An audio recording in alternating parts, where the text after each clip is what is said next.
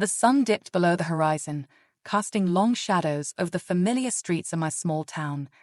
Every weekend, like clockwork, my father would arrive, a looming figure in my childhood. His visits were punctuated by awkward silences and forced attempts at bonding.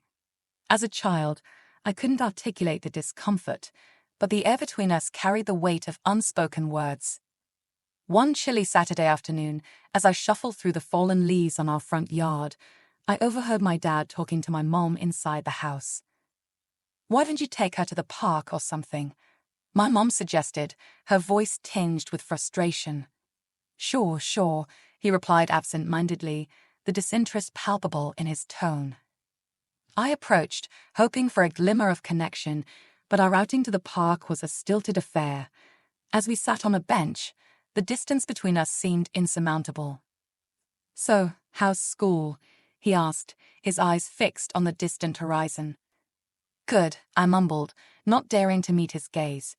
The awkward silence hung heavy, broken only by the distant laughter of other families enjoying their weekend. As the years passed, our interactions remained confined to these sterile moments, lacking the warmth and familiarity that should exist between a father and his child. One evening, as he dropped me back at my mom's house, I mustered the courage to ask, "Dad, why don't you stay longer? We could do something together." He chuckled awkwardly, a sound that felt foreign coming from him. "Maybe next time, kiddo." But next time never came. The routine continued, weekends marked by his fleeting presence and the unsettling feeling that neither of us truly wanted it. The turning point arrived when, in the 3rd grade, he announced he was moving to another state. The visits became even more sporadic, and the gap between us widened.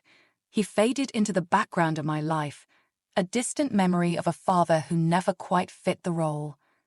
As I grew older, I found solace in the support of my mom, grandfather, uncles, and eventually my stepdad. Their constant presence became a refuge, a source of stability in the face of my father's absence.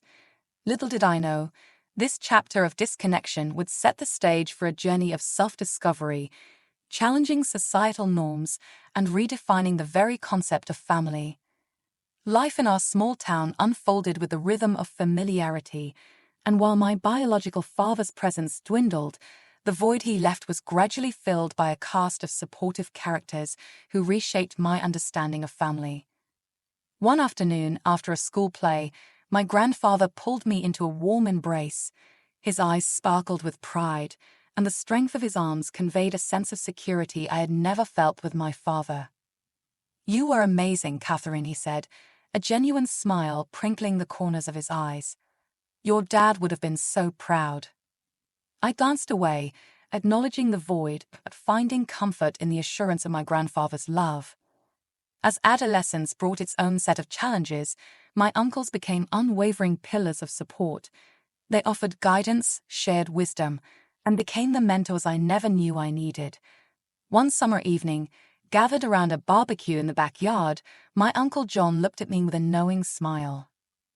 "Your dad might be miles away, but you've got a team of us right here, cheering you on," he said, lifting his beer in a silent toast to chosen family. It was during such moments that I realized the significance of the relationships I had cultivated. My stepdad, who entered my life with a grace that surprised us both, played a pivotal role in filling the gaps left by my biological father's absence. One evening, as he and I tinkered with a broken lawnmower in the garage, he looked at me with a sincerity that transcended words. "You know, Catherine, being a dad isn't just about blood. It's about showing up, being there for the tough conversations, and fixing lawnmowers when they break down," he chuckled, tightening a bolt with a well-worn wrench. His words resonated, and in that moment, I felt a sense of gratitude for the chosen family that had become my anchor. Through the years, these men wove a tapestry of love, support, and guidance that seamlessly replaced the threads left loose by my biological father. Their dialogues became the unwritten lines of a script that told a different story, a story of resilience, unconventional bonds, and the enduring strength found in the chosen ties that bind us together. As the years unfolded, I embraced the rhythm of a life seemingly untouched by the presence of my biological father. It became increasingly apparent that a fatherless path didn't equate to a joyless one. My uncles, grandfather, and stepdad continued to be my steadfast companions, offering guidance and unconditional love. One summer afternoon, while helping my Uncle Jack fix a leaky faucet, he glanced at me with a grin. "You know, your dad might not have a clue about plumbing, but I'm here to teach you everything you need to know," he said, handing me a wrench. His words echoed beyond the task at hand. It was a subtle reminder that the absence of a biological link didn't hinder the transfer of invaluable life skills, lessons, and most importantly, love. Family gatherings became a testament to the strength of chosen bonds. The laughter around the dinner table, the shared stories, and the camaraderie with my stepdad painted a vivid picture of a life woven together by something more profound than blood. One evening, sitting on the porch with my stepdad, the sun casting a warm glow over the landscape, he spoke from the heart. "You're not fatherless, Catherine. You have a family that cares about you, that's care for you. Sometimes it's the bonds we choose that define us more than the ones we're born into," he said, his eyes reflecting a deep understanding. His words resonated, providing a sense of validation and reassurance that my unconventional family structure was not a limitation, but a unique strength. As I navigated the challenges of adolescence, it became clear that the essence of fatherhood wasn't confined to a biological connection. My stepdad's presence during difficult conversations and celebratory moments alike underscored the idea that love, support, and guidance could be bestowed by those who chose to be present. In this fatherless path, I discovered an unexpected richness, a tapestry woven with threads of resilience, chosen bonds, and the realization that family, in its truest form, extends beyond the boundaries of biology. The chapters of my life, though marked by absence, were painted in vibrant hues by the love of those who embraced me as their own. As the years advanced, a subtle but persistent doubt began to cast its shadow over the tapestry of my contented life. The questions, long suppressed, started to surface. Was my biological father truly my father? The lack of connection, the growing sense of indifference, and the nagging feeling that something was amiss fueled a desire to unearth the truth. One evening, while flipping through old photo albums with my mom, I couldn't help but voice the uncertainty that had been gnawing at me. "Mom, do you ever feel like Dad might not be my real father?" The words hung in the air, a heavy confession. Her gaze met mine, and for a moment, the weight of the unspoken truth lingered. "I've wondered too, Catherine. What matters is the love and support you've had from the family around you," she said, her voice a mix of empathy and understanding. The admission opened a door to a realm of uncertainty, prompting a journey into the past to confront the doubts that had quietly lingered. In the pursuit of truth, I found myself sitting across from my biological father, the man who had been more of a distant figure than a present parent. The room was heavy with unspoken words as I finally broached the subject that had haunted me for years. "Dad, I need to know the truth. Are you really my father?" The question hung in the air, a silent plea for clarity. His gaze met mine, and for the first time, I saw a flicker of vulnerability in his eyes. "Catherine, blood or not, you're my daughter. That's all that matters." The revelation, though not entirely satisfying, left me with a sense of closure. It was a pivotal moment, a chapter of acknowledgement that the truth, however elusive, didn't define the love and bonds that had shaped my life. Yet, the weight of doubt persisted. Conversations with my mom and my chosen family became a lifeline, grounding me in the realization that identity and belonging are woven from the fabric of shared experiences and connections rather than mere biology. In this chapter, doubt was the catalyst for self-discovery, a journey to reconcile the uncertainty and redefine the meaning of family. The weight lifted not with conclusive answers, but with the understanding that life's richness lies not in the pursuit of absolute truths, but in the embrace of the complex, interconnected threads that weave our stories together. Armed with newfound knowledge and a mosaic of emotions, I stood at the crossroads of my journey, faced with a choice: to let the revelations dictate my narrative or to reclaim the pen and write my own story. The chapters that unfolded were not just about discovering the truth, but about seizing the power to redefine my identity and the meaning of family.